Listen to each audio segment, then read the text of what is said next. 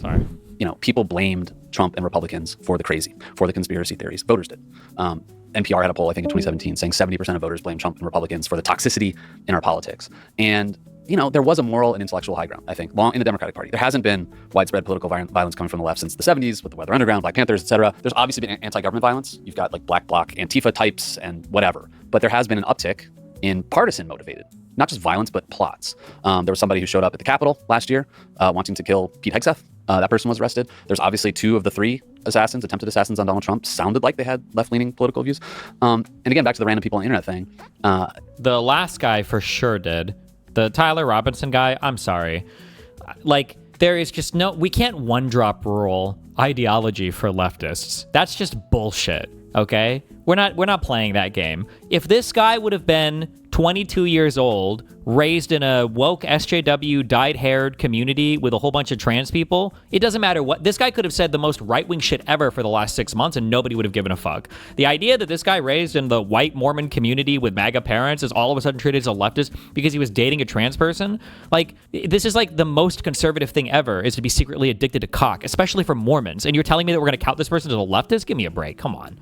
It's not coming from Democratic politicians. It's not. It's really not. Now, there's Jasmine Crockett posted a conspiracy theory the other day that the attack on the Washington Hilton might have been a false flag. Oh, shit. I'm thinking of Tyler Robinson, the shooter on Trump, or on Charlie Kirk. I'm sorry. The weird guy. Fuck, I don't remember his name. I feel bad.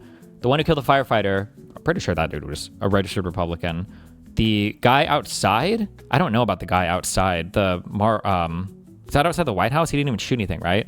I didn't look at that guy's ideological background. Or I don't know if that guy had a coherent one. That guy seemed a little bit loony, like a little schizo-y. And then the last guy for sure seemed like a liberal, super pro, I guess super pro Ukraine. Seemed like a big driver for, I guess, his political stuff. Or whatever. The problem is the diminishing power of people like me and the mainstream press and the diminishing ability of normie politicians to, get out there in the information ecosystem and have people hear them. That stuff is being replaced just by noise and slop on the internet. And it does seem like, to me, and I think the evidence in the polling bears this out, that, liberals and progressives, and by the way, some of these people might just be fake bots. They might, JD Vance likes to totally, in the right, completely exploit, even the fringiest thing that you found on the internet and pretend it's like the mainstream view of the Democratic Party. And I make clear in the piece, as you read, Democrats aren't the ones saying this. It is, though, kind of ambient on the internet. And I think I actually wanted to ask you about this.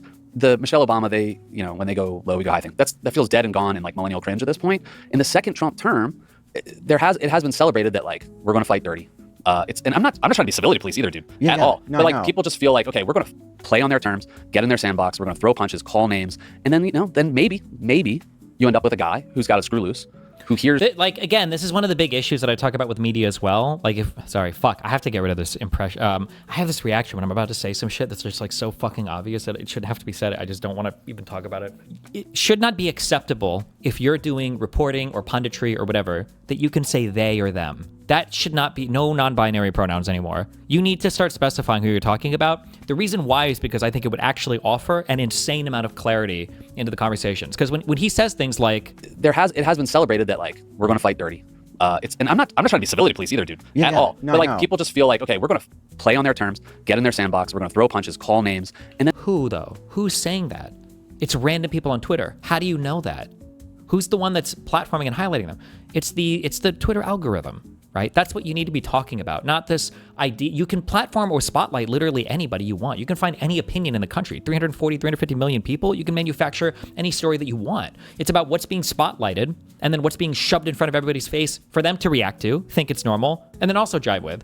That's the issue. And then maybe you end up with a guy who's got a screw loose, who hears all this stuff on the internet and thinks, I've got to go kill the rapist, fascist, pedophile in the White House. I just think that it's easier to hear the crazy stuff that the algorithms have poured gasoline on than it ever was, and you just hear it more on the left than I think you used to. Yeah, it's there's so many parts that you have to tease out, right? And there's a big distinction. It isn't coming from the vast majority of Democratic politicians, right? And there is just a distinction between how responsible elected Republicans are, including the president, versus how responsible elected Democrats are. Even this week, we saw what is obviously a ridiculous prosecution of James Comey. The number of Republicans refusing to criticize that or openly embracing that. People going, members of Congress saying, "Well, look at all the other bad things Jim Comey did." Right? It is distinct from political violence, but embracing the jailing of your political enemies on specious reasons is adjacent to a politics in which people can celebrate political violence. But the challenge is most Americans deplore political violence. All the mainstream politicians on the left can deplore political violence. 95% of people say the right thing. then the next day, 100% of people spend the day talking about what the 5% said and how heinous it is and how it's actually justified in all the rest. He's closer. We at Crooked Media, I feel like we take some flack from all directions for this, but we obviously denounce Republicans when they try to exploit political violence. We also try to go after what we see people when we see people justifying it. John, as you mentioned, did that as well in the piece. But if everybody but a few are doing the right thing, but we end up talking about what the wrong thing is, like, I don't know what the right thing. How do you respond in a media environment like that, in which we try to model best behavior? The Democrats say the right thing, but you have Republicans that are going to pull out the worst comments from the internet. You have an algorithm that's going to elevate the most exciting and morally depraved comments. True. Like, what do we do? Okay, I agree. There's a problem. What do we do? Yeah, well, that's getting you to say that. I know. I mean, you're a sophisticated thinker about this stuff, so it is important to say that there was a problem. And I want to say this isn't just my feelings. This is me being a hack political journalist. I should point out also in the piece, the Center for Strategic and International Studies, which has measured this and has kept track of incidents. 2025 was the first year ever that left-wing violence and plots surpassed right-wing violence and/or plots. Say that's only 8 plots. That's only 8 plots. And this is another thing I need to say. Again, like the left there was no violence, no plots for like 30 years. Most of the actual deaths from political violence in this country over the last 30 years have come from right-wing political violence. And we're talking like in the hundreds. Okay. And so, yes, the baseline for Democrats and the left, whatever the coalition is, was very low. It just has ticked up.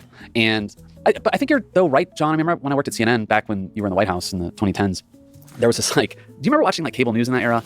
And CNN, where I worked or whatever, like a random Republican state legislator in Missouri would say something loony about abortion or something racist about Obama.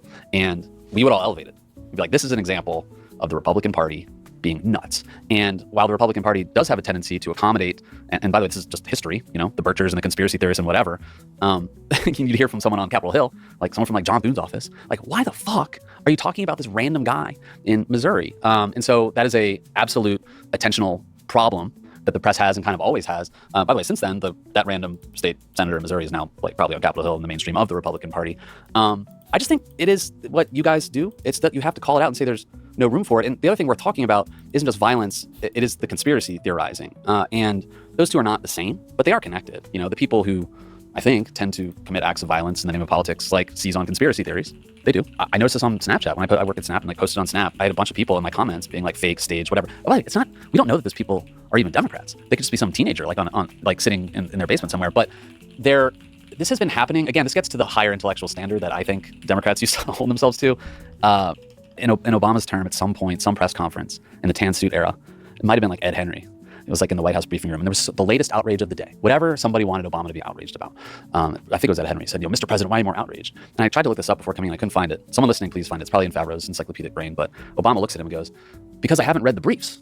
And that was Obama being a lawyer, but it was also just a smart person who hewed closely to facts and didn't want to spout off on something where he didn't know the baseline information. And we've come a long way on the internet since then. Like social media has rampantly changed how people's instincts when it comes to responding, gathering facts. And, I think that's hurt everybody. It's hurt everybody across the board. And I just think that you see it more now on the left than you used to. I sting out that article with a quote from Isaac Asimov, who became a big Democrat later in his life, hated Nixon, like just a raging Democrat.